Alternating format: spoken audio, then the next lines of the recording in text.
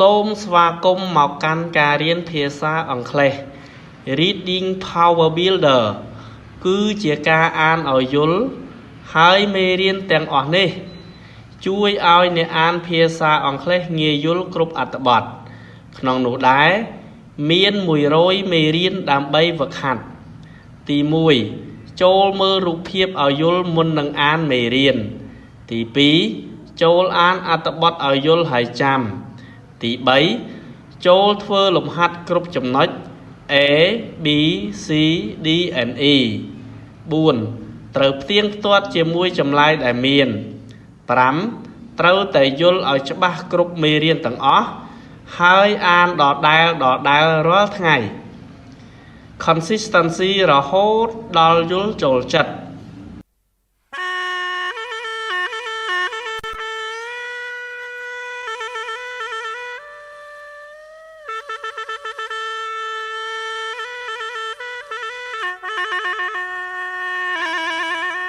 Who gets what? Mr. Lopez likes fish. So one day he went fishing.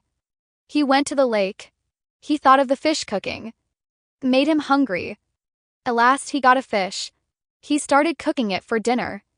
But along came a bear. The bear liked fish too. So the bear got the fish. And Mr. Lopez got away.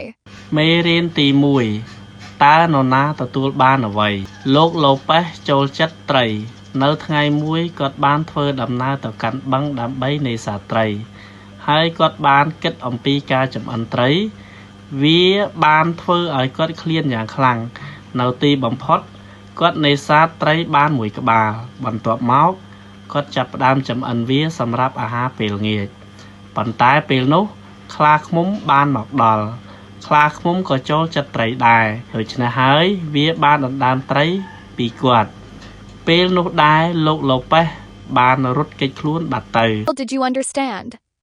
Read each question. Right or B. 1. What is this story about? And knowing when to give up. B. Fishing with a bear. 2. How did Mr. Lopez feel about bears? A. He liked them. B. He was afraid of them. 3. How do you know how Mr. Lopez felt about bears? A. He asked the bear to eat his fish. B. He ran away from the bear. For what did Mr. Lopez do with the fish? A. He put it in a pan. B. He put it in a bag. 5. How do you know that Mr. Lopez did not eat his dinner? A. He cooked the fish. B. The bear ate the fish.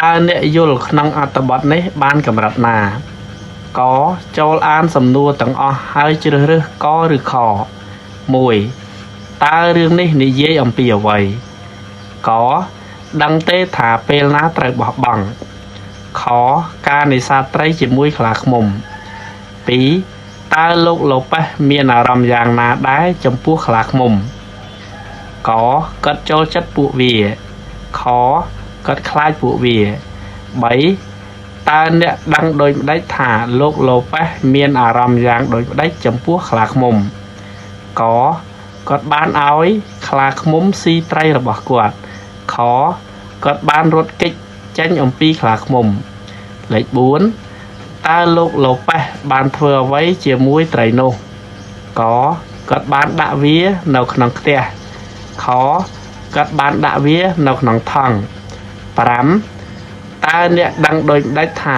លោកឡូប៉េសមិនបានបរិភោគអាហារពេលល្ងាចរបស់គាត់កគាត់បានចម្អិនត្រីខខ្លាឃ្មុំបានស៊ីត្រី